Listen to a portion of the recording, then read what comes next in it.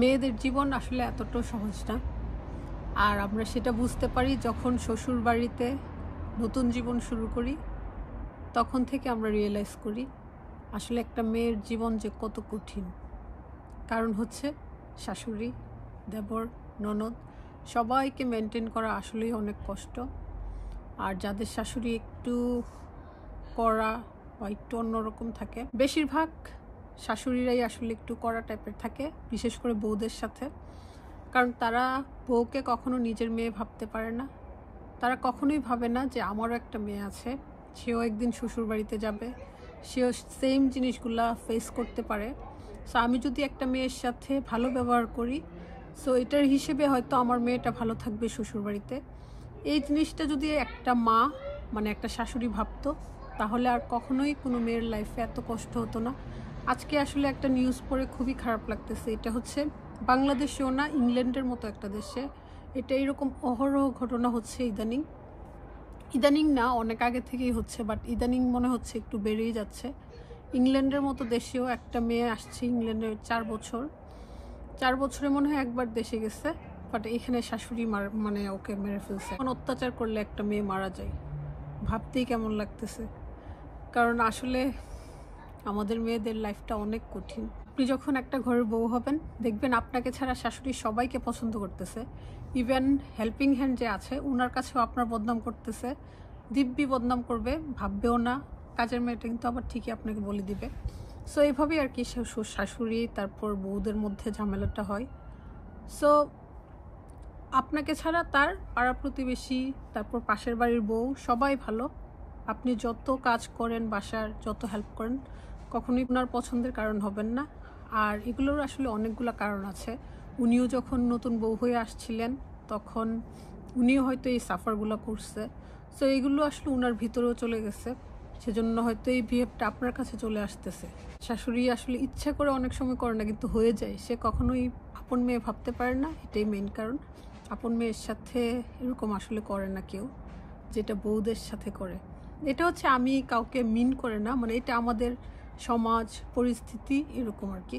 এটা ইভেন বাংলাদেশ, বিদেশ সব জায়গায় যেখানে এশিয়ানরা আছে, এখানে এই ডিসক্রিমিনেশনটা থাকবেই। আর শাশুড়িরা বউদের থেকে একটু বেশি বেশি চাই। সেটা হচ্ছে আপনি কাজ করবেন, সকাল থেকে সন্ধ্যা পর্যন্ত কাজ করলেও শাশুড়ির মন ভরাতে পারবেন না। আর যারা বাইরে জব করেন, তাদের থেকেও কিন্তু সেম এক্সপেকটেশন। তুমি জবে যাও, এটা উনি কাউন্ট করবে না, বাট আপনি কি কাজ করছেন এটা কাউন্টেবল হবে। হ্যাঁ, তো এটা হচ্ছে শাশুড়ির মেইন আর একটা প্রবলেম, যে আপনার সংসারে কন্ট্রিবিউশন করতেছেন টাকার, এটা ফ্যাক্ট না। ফ্যাক্ট হচ্ছে আপনি কতটুকু কাজ দিয়ে হেল্প করতেছেন, এটা মেইন ফ্যাক্ট। তারা সবসময় ভাবে আপনি আপনার জামাইয়ের অন্ন ধ্বংস করতেছেন, আপনি আপনার জামার উপর বসে খাচ্ছেন, জামাইয়ের টাকা নষ্ট করতেছেন, মানে শাশুড়ির টাকা নষ্ট করতেছেন। তো এটা আসলে ভাবে না যে আমি বিয়ে করে আনছি, বিয়েটা তো বাধ্যতামূলক, আমাকে করাইতে হবে, বা যে জিনিসগুলো হবে এটা শাশুড়িরা জানে, কারণ ওনারাও ফেস করে আসছে। বাট ওনারা সেম আচরণটা আপনার সাথে করবে। আবার আপনি যখন শাশুড়ি হবেন, তখন কিন্তু আপনিও এটা করবেন। এটা আসলে যুগ যুগ ধরে হয়ে আসছে, এরকম হয়ে যায়। সো আসলে এগুলো চেঞ্জ হওয়া দরকার, তাহলে হয়তো একটা মেয়ের লাইফ এভাবে নষ্ট হবে না। মা বাবা কত শোক করে একটা নতুন সংসারে পাঠায়, বা সেও ম্যানেজ করতে কত কষ্ট, নতুন একদম একটা সংসার, চিনে না জানে না, কতগুলো মানুষকে হ্যান্ডেল করতে হয়। সে চায়, সে মন দিয়ে চায় আবার মন জুগায় চলতে, কিন্তু একটা সময় পারে, তখন শাশুড়ি যখন ওল্ড হয়ে যায়, যখন বউর দরকার পড়ে, তখন ওনারা বুঝে।